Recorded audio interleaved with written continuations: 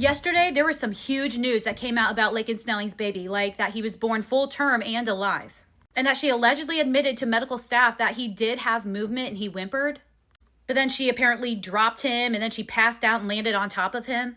And the roommates heard the loud thud and texted the group chat asking what that loud noise was.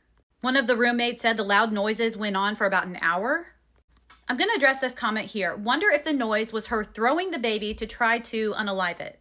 Now, this is just my own personal opinion, but the Fayette County coroner said the baby didn't have any visible signs of injury or trauma. A newborn baby's bones are practically like rubber, so they're really difficult to break, but I would think that he would have had bruising, bleeding, or something else if that were the case. And if she really passed out and landed on top of him, like she's claiming, I would think the baby would have crushing injuries, like trauma to his organs. But he didn't.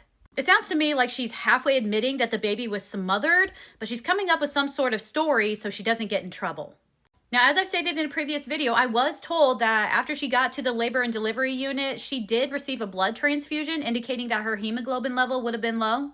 And is it possible to pass out from having a low hemoglobin level? Absolutely. But don't forget that she says after she passed out and came to, she wrapped the baby up like a burrito and laid down next to it because it gave her some comfort, and then she woke up to her 7:30 alarm going off.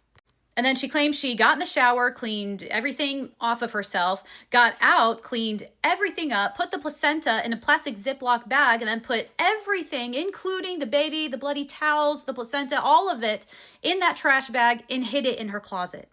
And then after that, she ordered food from the McDonald's app, drove her car to pick it up, sat in her car for a while, and then drove over to the UK student clinic where she decided not to go in. If, after having the baby, her hemoglobin was already low enough to make her pass out, and then she's continuing to bleed for hours after that, which would make it drop even lower, how would she have been able to do all of those things afterwards?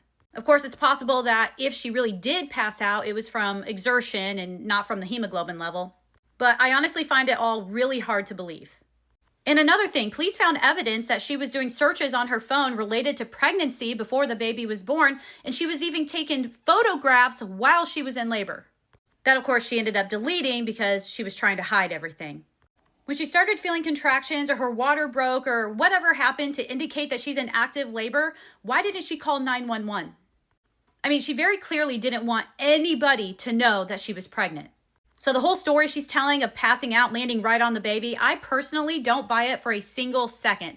I think something was deliberately done to end that baby's life. And if that's the case, I really hope and pray the autopsy can confirm that and then they can charge her appropriately. Because this is happening way too often and it seems like they always get away with it.